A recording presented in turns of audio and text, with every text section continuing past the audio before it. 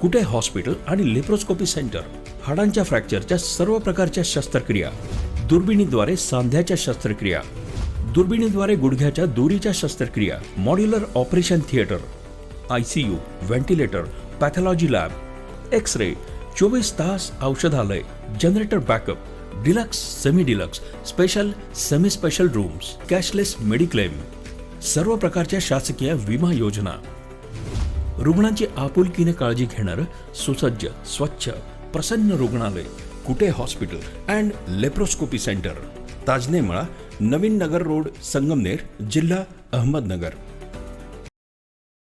Bharat Ratna doctor Babasaheb Ambedkar यांची जयंती संगमनेर तालुक्यातील सावरगाव घुले या ठिकाणी मोठ्या उत्साहात पार पडली आहे. युवा नेत्या उत्कर्षा रुपवते यांच्या उपस्थितीमध्ये हा जयंती सोहळा साजरा झालाय. सावरगाव घुले गावातील युवा कार्यकर्ते राजू यादव यांच्यासह पंचशील तरुण मित्रमंडळाचे कार्यकर्ते, गावातील महिला ग्रामस्थ यांच्या उपस्थितीमध्ये हा जयंती महोत्सव साजरा झालाय. सध्या महाराष्ट्रामध्ये भोंदूबाबांचं प्रमाण वाढलंय. संगमनेर तालुक्याच्या वडगाव येथील भोंदूबाबाकडे पाहावं लागेल असा निर्वाणीचा इशारा युवानेत्या उत्कर्षा रुपवते यांनी दिलाय. बाबासाहेबांच्या मागे रमाबाई आंबेडकर नसल्या असत्या तर बाबासाहेब ह्याच्यातली कुठलीही गोष्ट करू शकल्या नसते. त्यामुळे आपल्या समाजातल्या काय कुठल्याही समाजांच्या स्त्रिया ज्या आहेत, ज्या महिला भगिनी आहेत, माझं अगदी ठाम मत आहे की आपल्या सगळ्यांवरच या समाजाची दारोमदार आहे. आपण जर खंबीर उभं राहिलो तर समाज खंबीर उभा राहतो.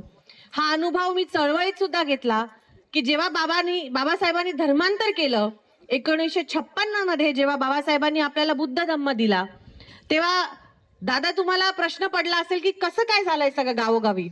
आम्हालाही अभ्यासक म्हणून एक प्रश्न पडायचा की कसं झालं, कसं आपण हिंदू धर्म सोडला आणि हिंदू धर्म का सोडला ह्याच्याबद्दल अगदी विवेचन झालेलं आहे.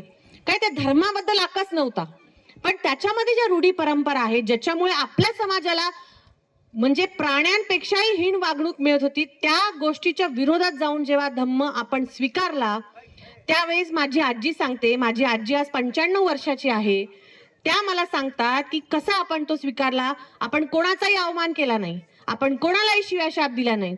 आमच्या अकोल्याच्या वस्तीमध्ये माझे वडील आणि त्यांचे मित्र, आता हे छोटे छोटे लेकरं फिरतात ना इकडे, एवढे लहान होते तेव्हा, एक पाटी घेतली, त्या पाटीमध्ये फुलं ठेवली, प्रत्येक घरामध्ये जाऊन जे काही देवारामध्ये देव होते, देवी होते, सगळ्यांचे जे छोटे छोटे फोटो होते, मूर्त्या होत्या, त्या पाटीमध्ये आदरपूर्वक ठेवल्या. त्या पाटीवरती पुन्हा फुलं ठेवली आणि ती पाटी प्रवरा माईमध्ये विसर्जित केली. इतकं आदरपूर्वक धम्म स्वीकारताना आपण केलेला आहे. तो धम्म पुढे नेत असताना निश्चित आपण अनेक गोष्टी करतोय, आपण शिक्षण घेतोय, आपण व्यवसाय करतोय, पण जो विचार आहे, जो बाबासाहेबांचा विचार आहे धम्म घेतानाचा, तो मात्र विसरू नका. आपल्या समाजातही अजूनही उघड नसतील पण अनेक खरात बाबा आहेत की नाही आहेत.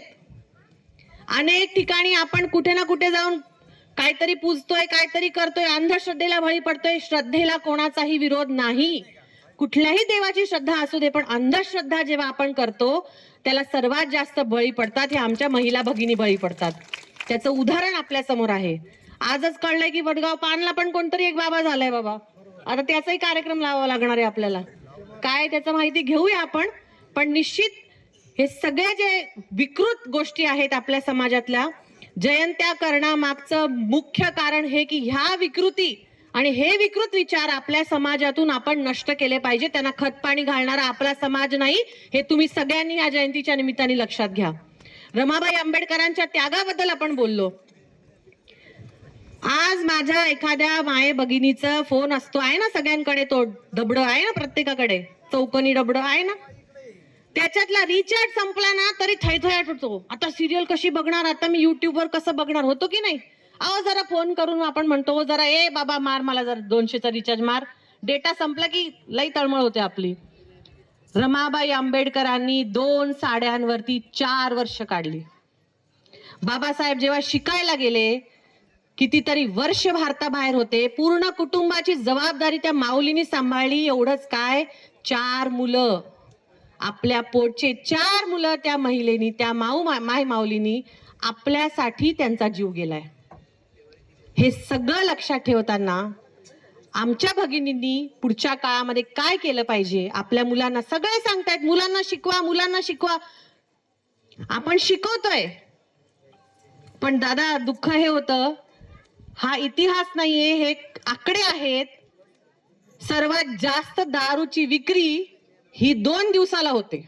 सांगा बरं कुठले 2 दिवस तुम्हाला जास्त माहिती असणार आहे? एक म्हणजे शिवजयंती आणि दुसरी म्हणजे भीमजयंती. मग या महापुरुषांना पूजून काय फायदा आहे जर आमच्या युवकांपर्यंत तो संदेशच पोहोचत नसेल? हे फक्त त्या घरातल्या महिलांचं काम नाही, आमच्या सगळ्या गावकऱ्यांचं पण काम आहे. हात जोडून विनंती राहणारे समाज कुठलाही असो, या सगळ्या चुकीच्या गोष्टींपासून आपल्या पिढीला वाचवण्याचं काम आपल्याला करायचंय. या जयंती महोत्सव कार्यक्रमाला सावरगाव घुलेमधील पंचशील तरुण मित्रमंडळाचे कार्यकर्ते, महिला, ग्रामस्थ यांची मोठी उपस्थिती होती.